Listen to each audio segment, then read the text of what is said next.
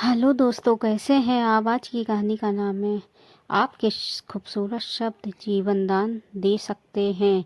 London में operation से 2 घंटे पहले मरीज के कमरे में एक नर्स आई और वहां कमरे में रखे फूलों के गुलदस्ते को संवारते हुए मरीज से पूछने लगी, सर कौन से डॉक्टर आपका ऑपरेशन करने वाले। मरीज दर्द की हालत में नर्स को देखे बगैर ही कहने लगा, डॉक्टर जिप्सन। नर्स ने आश्चर्यचकित होकर कहा, सर क्या सच में डॉक्टर जिप्सन ही आपका ऑपरेशन कर रहे हैं। मुझे तो यकीन ही नहीं हो रहा है। नर्स के प्रश्न से मरीज घबरा गया और कहने लगा, जी वही डॉक्टर कर रहे हैं। क्यों, आप इतना आश्चर्यचकित क्यों, क्या कोई समस्या। नर्स ने कहा, आप घबराए नहीं, कोई समस्या नहीं, बल्कि ये तो खुशी की बात है। डॉक्टर जिप्सन जैसे बड़े डॉक्टर आपका ऑपरेशन कर रहे हैं। आज तक डॉक्टर जिप्सन का कोई भी ऑपरेशन फेल नहीं हुआ है।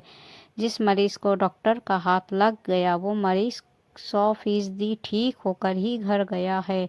डॉक्टर जिप्सन का अपॉइंटमेंट बड़ी बड़ी मुश्किल से मिलता है, इसलिए मैं आश्चर्यचकित हूँ। नर्स की बात सुनकर मरीज में एक अलग सी ऊर्जा जाग गई। वो अपने दर्द को भूल गया और उसमें सकारात्मक विचार आ गया। मरीज ने कहा, यह मेरी खुशकिस्मती है कि मेरा ऑपरेशन डॉक्टर जिप्सन कर रहे हैं। पहले मुझे लग रहा था कि अब मेरा अंतिम समय आ गया, लेकिन अब मुझे पूरी उम्मीद है कि मैं ज़रूर ठीक हो जाऊंगा। नर्स ने एक बार फिर अपनी बात दोहराई, सच कह रही हूँ सर, मुझे अब भी यकीन नहीं हो रहा है कि आपका ऑपरेशन महान डॉक्टर जिप्सन कर रहे हैं।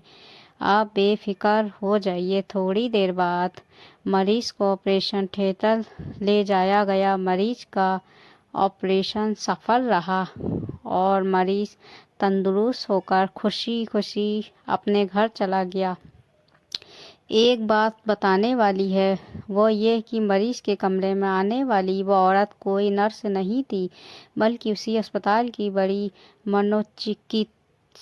चिकित्सक महिला डॉक्टर थी, जिसका काम मरीजों को ऑपरेशन के लिए मानसिक और मनोवैज्ञानिक तौर पर कुछ इस तरह से तैयार और व्यवस्थित करना था कि मरीज को शक भी ना हो।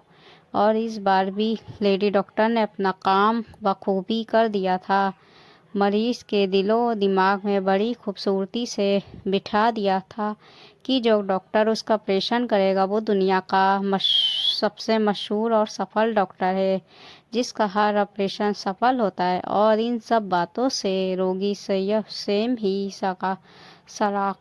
सकारात्मक रूप से सुधार की और लौट आया। आपको किसी को भी आशा और अच्छी भावना देने और सकारात्मक सोच जगाने के लिए मनोवैज्ञानिक होने की आवश्यकता नहीं है।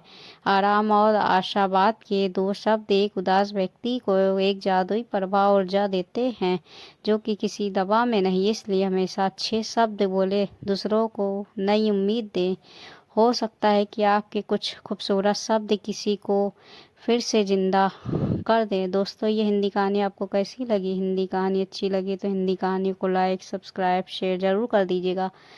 कल फिर हाजिर होंगे एक नई हिंदी कहानियों के साथ। तब तक के अपना ख्याल रखिएगा। अल्लाह हाफिज़।